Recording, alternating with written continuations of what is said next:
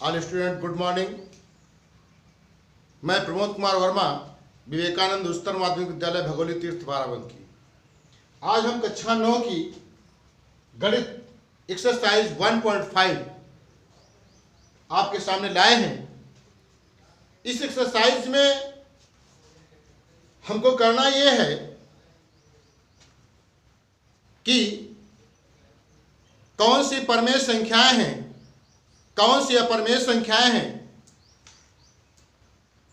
उनको सरल किया जाए तो उनका सरलतम रूप परमेय होगा या अपरमेय होगा, और हरों का परमेयीकरण कैसे करते हैं, इस एक्सरसाइज में आप पढ़ने वाले हैं। तो इस एक्सरसाइज से पहले हम आपको एक बात बताना चाहते हैं कि परमेय संख्या और अपरमेय संख्या क्या होती है। परमेय संख्याएं वह संख्याएं हैं जिनका मान P/Q के रूप में लिखा जा सके, जहां पर Q not equal to 0, Q भी किसी कंडीशन में उसका शून्य नहीं होना चाहिए। ऐसी स्थिति में वो जो हमारा भिन्न बनेगा वो आपकी परमेय संख्या होगी। इसके साथ साथ परमेय संख्या के लिए और एक चीज जान लीजिए, जिसका सलूशन, किसी भिन्न का सलूशन यदि हमारा शांत दशमल में है तो वो निश्चित तौर पर परमेय संख्या होगी। अगर वो अशांत है और आवर्ती है तब भी परमेय संख्या होगी। अगर वो अनवसानी, अनावर्ती, तो वो हमारी अपरमेय संख्या होगी। और कुछ ऐसी अपरमेय संख्याएं होती हैं जिनको आप स्पष्ट रूप से देख करके ही पहचान सकते हैं। जैसे किसी संख्या को अंडर रूट में लिख दिया जाए जिसका वर्गमूल आप पूर्णांक में ना आए, वह संख्याएं निश्चित तौर पर अपरमेय संख्याएं होती हैं। जैसे एग्जाम्पल के तौर पर √2, √3, √5, √6, √7, √8, √10 एंड सो ऑन। ये जितनी भी संख्याएं आपकी हैं ये सब आपकी अपरमेय संख्याएं हैं, क्योंकि इनका जो सलूशन आएगा, इसका जो वर्गमूल आएगा वो निश्चित तौर पर अशांत होगा और अनावर्ती होगा। इसलिए ये आपकी अपरमेय संख्याएं होंगी। ये संख्याएं जिनके साथ जोड़ दी जाए या घटा दी जाए या उनके साथ गुणा कर दिया जाए या उसको भाग कर दिया जाए तो ये अपनी छाप छोड़ देते हैं और ये अपरमेय बना देते हैं। जैसे हमारा एक पूर्णांक दिया गया है, कोई पूर्णांक आपको दे रखा है 3 में अगर हम कोई अंडर रूट वाली संख्या उसके साथ जोड़ दें, यानी 3 + √5 कर दें या 3 - √5 कर दें या 3 × √5 कर दें या 3/√5 कर दें, ये सभी कंडीशनों में हमने बताया अभी कि अपरमेय संख्या जोड़ दी जाए, घटा दी जाए, गुणा कर दिया जाए या उसको भाग कर दिया जाए तो ये निश्चित तौर पर अपनी छाप छोड़ देते हैं और ये अपरमेय संख्या बना देते हैं। हम इसी चीज को जो क्वेश्चन नंबर पहला है उसमें इसको निर्धारित करेंगे। आइए देखते हैं क्वेश्चन नंबर पहला क्या है और उसको हम लगाने का प्रयास करते हैं, आप समझेंगे। पहला सवाल दिया गया है कि बताइए नीचे दी गई संख्याओं में कौन कौन परमेय संख्याएं हैं और कौन कौन अपरमेय संख्या है। पहला क्वेश्चन हमारा दिया गया है 2 - √5। अब आप देख रहे हैं कि इसमें 2 - √5, 2 एक पूर्णांक है, √5 एक अपरमेय संख्या है। अभी मैंने बताया कि अपरमेय संख्या यदि किसी पूर्णांक के साथ जोड़ी जाती है, घटाई जाती है, उसका गुणा किया जाता है या भाग किया जाता है तो निश्चित तौर पर अपनी छाप छोड़ देता है, इसलिए हमारी अपरमेय संख्या बन जाएगी। ये क्या हो जाएगी? अपरमेय संख्या बन जाएगी। कारण क्या होगा?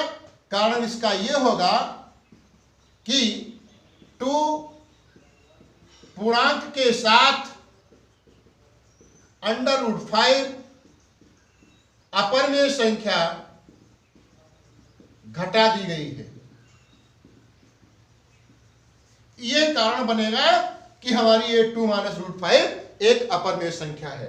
इसका जो क्वेश्चन नंबर 2 है वो आपका दिया गया है 3 प्लस √23 माइनस √23। अब देखिए इसको सोल्यूशन करेंगे, हल करेंगे, ये सेकंड पार्ट दिया गया है। तो 3 प्लस √23 माइनस √23 प्लस माइनस का है कट जाएगा, हमारा आंसर आएगा 3। 3 क्या है? एक पूर्णांक है। 3 एक पूर्णांक है,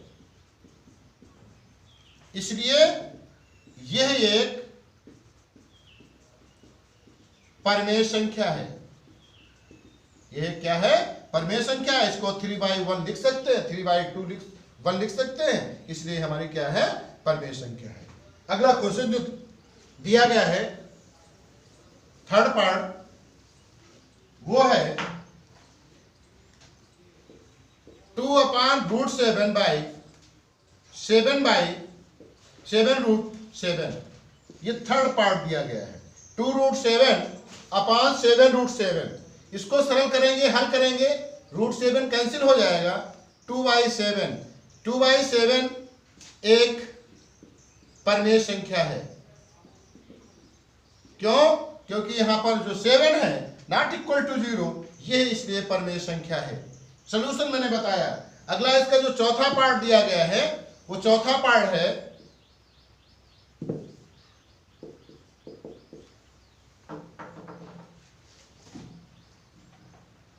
1/√2। 1/√2 यहां पर 1/√2 एक अपरमेय संख्या है। क्यों है? इसका कारण आप लिख सकते हैं, एक पूर्णांक को √2 से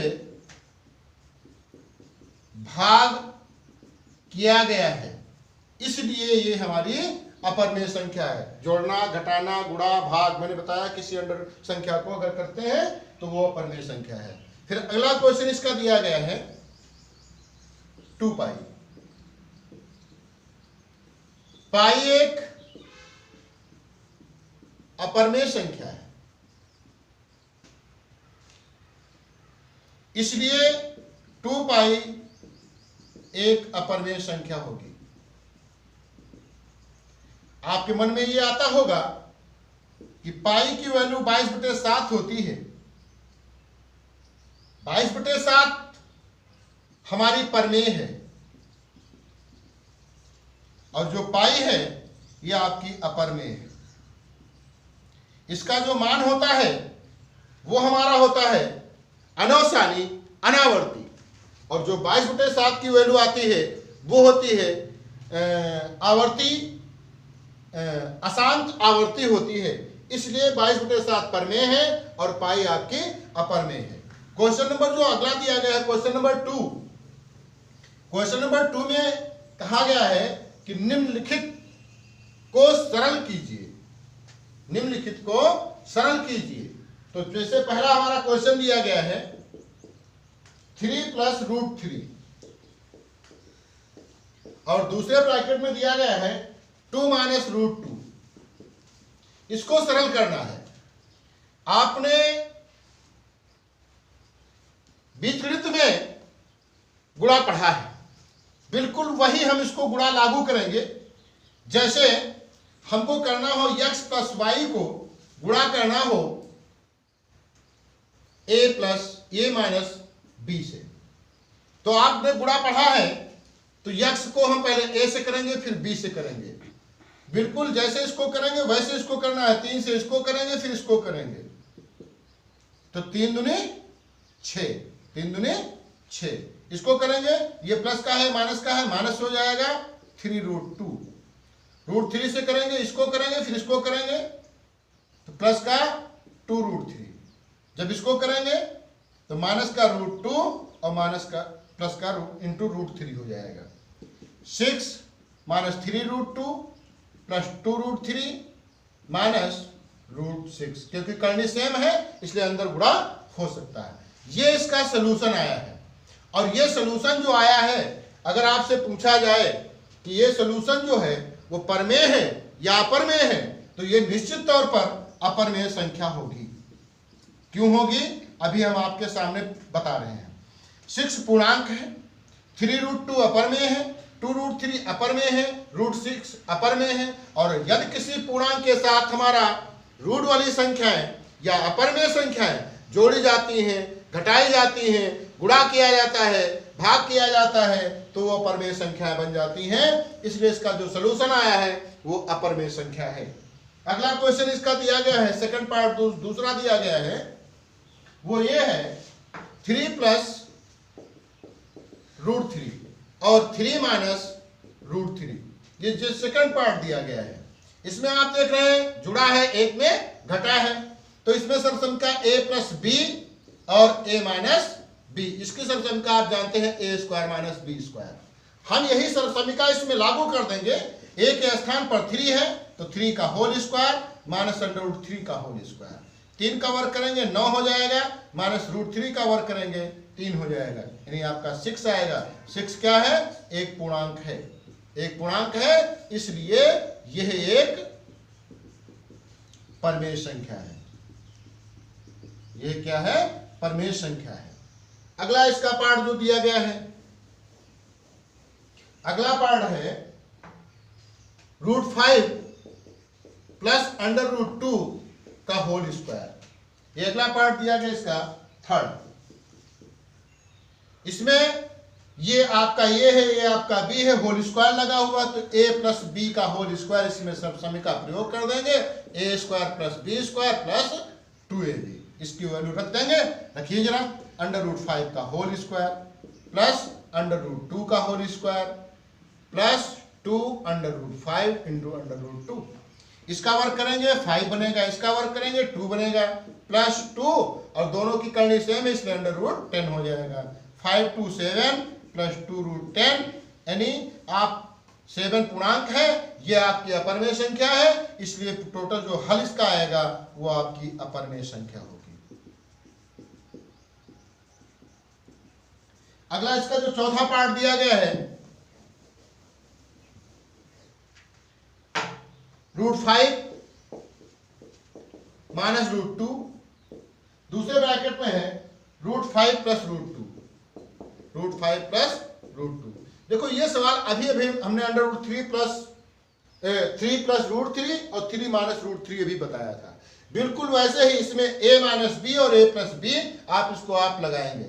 हमने इसको बता दिया, आपको लगाना है। इसके पहले एक सवाल हम बता चुके हैं। इसके बाद जो क्वेश्चन अगला दिया गया है, बहुत बढ़िया सवाल दिया गया है।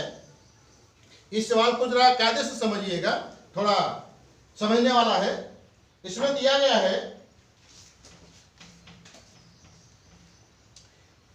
आपको याद होगा पाई एक वृत्त की परिधि और उसके व्यास के अनुपात से परिभाषित किया जाता है।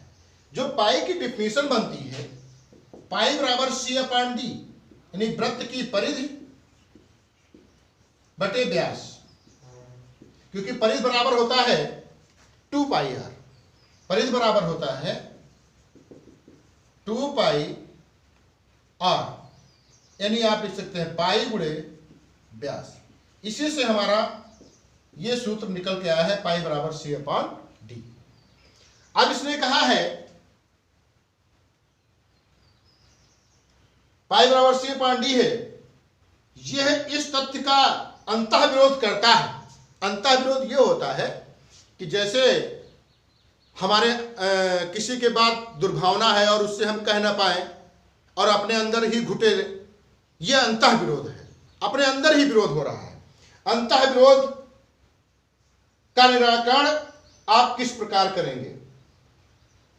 कहा है यह इस तथ्य का अंतः विरोध करता हुआ प्रतीत होता है, अंतः विरोध करता हुआ प्रतीत होता है।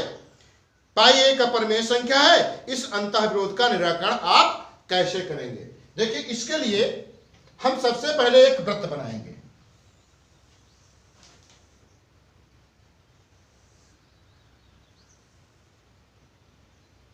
जिसका ये व्यास है d है, ये आपकी जो बनती है ये आपकी परिधि है c। अब बात यह आती है कि जो पाई = c/d लिखा गया है, इसका अंतः विरोध कैसे हो रहा है? देखिए, जब इस परिधि को हम मापेंगे तो मापने के पास हमारे पास दो ही चारे हैं। एक हम स्केल रख करके इसको मापें, देखिए स्केल को बार बार उठाना पड़ेगा।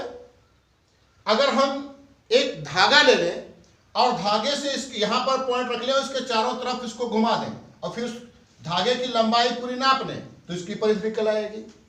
इसी तरह से ये जो व्यास है, व्यास को भी हम धागे से नाप लें तो व्यास निकल आएगा।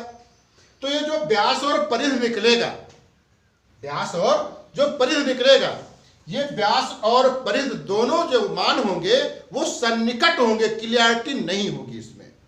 लेकिन जो पाई हमारी है, पाई एक अपरिमेय संख्या है, पाई एक अपरिमेय संख्या है।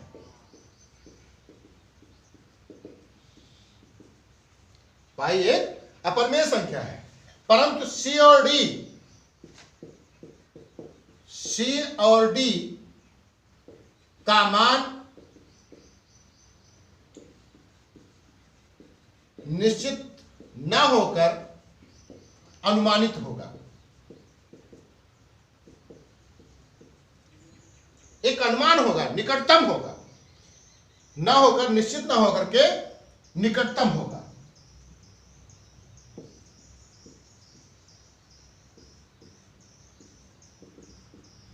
इसलिए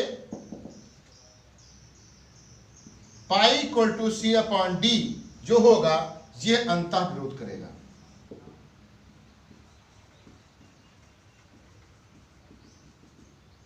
ये इसका सलूशन होगा।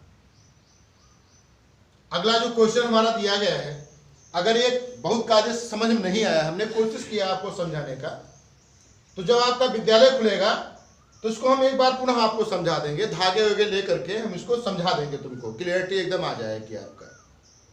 जो अगला क्वेश्चन है, उस क्वेश्चन में कहा गया है कि निम्नलिखित अपरिमेय संख्याओं को, उनके हरों को परमेयीकरण कीजिए, हरों को परमेय बनाइए।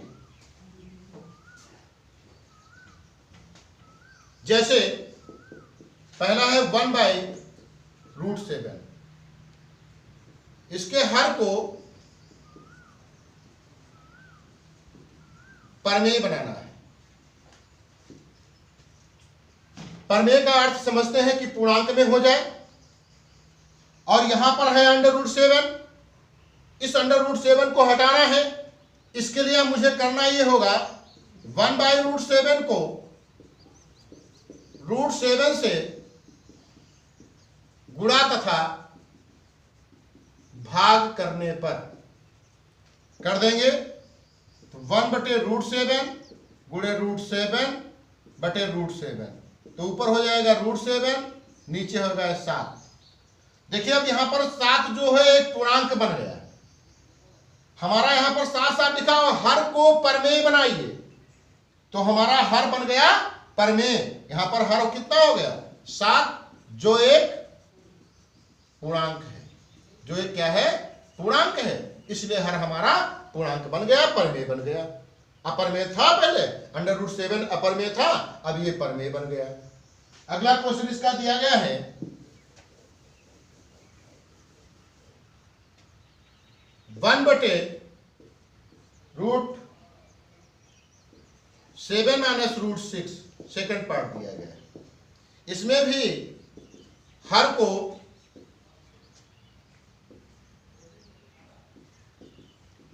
परमेय बनाना है। जो हर दिया गया है √7 -√6, ये अपरमेय है, तो इसको भी परमेय बनाना, तो इसके अपोजिट से गुणा भाग करेंगे, यानी 1/√7 -√6 को √7 + √6 से गुणा तथा भाग करने पर। इसको जब गुणा और भाग करेंगे, क्यों ऐसा प्लस से क्यों किया गया है जरा आप समझिए। हमारा लिखा हुआ है √7 -√6। अगर हम इसको √7 + √6 से गुणा कर दें तो एक में जुड़ा है एक में घटा है, तो तो निश्चित तौर पर ए स्क्वायर माइनस बी स्क्वायर बन जाएगा। इसलिए यहां पर इसके अपोजिट से गुणा किया गया है। अगर यहां प्लस होता तो यहां माइनस से गुणा किया जाता। ये ध्यान रखना, अगर यहां प्लस है तो यहां माइनस से गुणा करेंगे उसी से, अगर माइनस है तो प्लस से करेंगे, गुणा भाग कर देंगे। तो आपका बन जाएगा 1/√7 माइनस √6 इंटू √7 प्लस √6 अपान √6 प्लस √7 प्लस √6। तो ऊपर आपका बन जाएगा √7 प्लस √6 अपान, एक में जुड़ा है एक में घटा है, तो √7 का होल स्क्वायर माइनस √6 का होल स्क्वायर। यहाँ पर जो सब समीका लगी है वो है आपकी a प्लस बी और a minus B, that is a square minus B square. ये सब समीका लगी है यहाँ पर। तो आपका कितना बनेगा, √7 प्लस √6 अपान 7 माइनस 6 यानी √7 प्लस √6 अपान 1। देखो हर इसका क्या हो गया, हर परमेय बन गया। हर जो है वो आपका हो गया परमेय, हर परमेय हो गया। अगला जो इसका पार्ट दिया गया है इसको आप लोग लगाएंगे,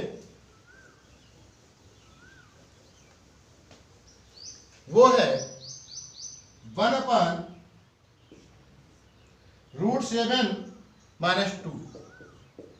इसको √7 माइनस 2 है, इसके हर को परमेय बनाना है।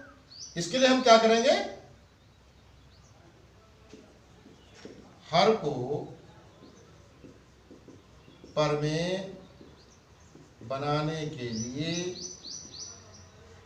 √7 प्लस 2 से गुणा भाग करने पर कर दीजिए कि लगा लेंगे, आप लोग लगा लेंगे इसको। चलो अच्छा देख लो,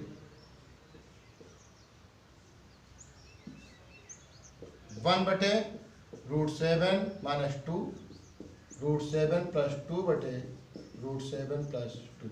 तो आपका हो जाएगा √7 प्लस 2/1 में जुड़ा है एक में घटा है, तो √7 का होल स्क्वायर माइनस 2 का होल स्क्वायर यानी √7 प्लस 2 अपॉन 7 माइनस 4 यानी √7 प्लस 2 अपॉन 3।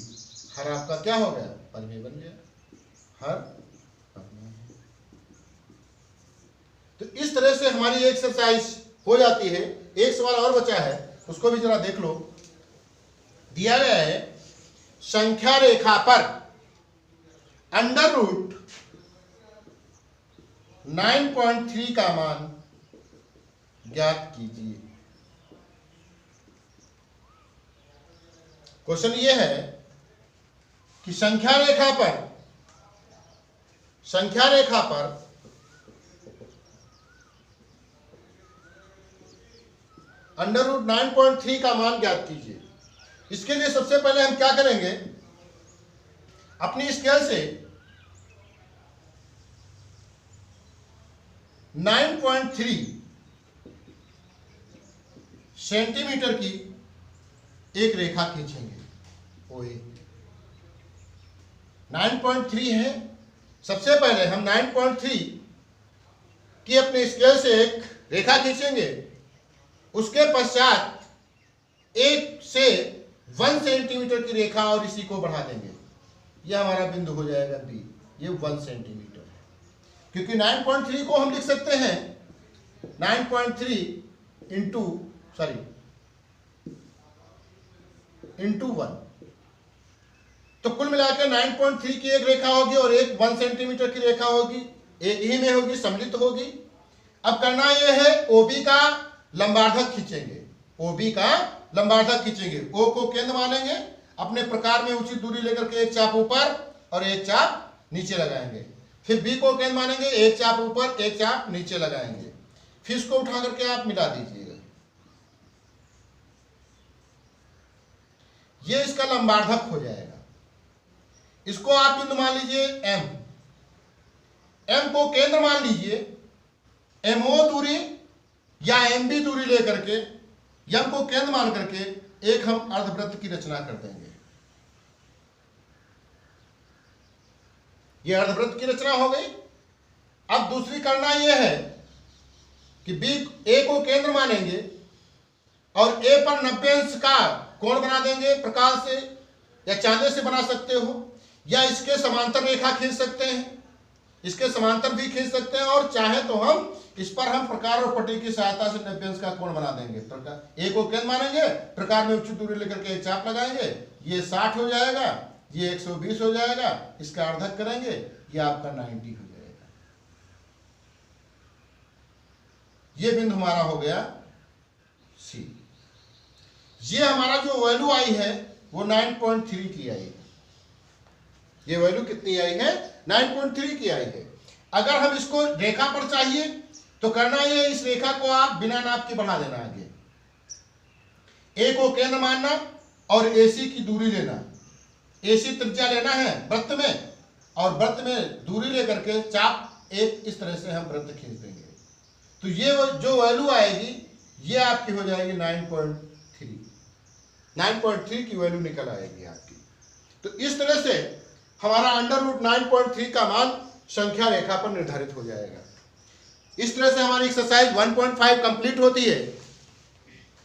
नेक्स्ट वीडियो के लिए थैंक यू, नमस्कार।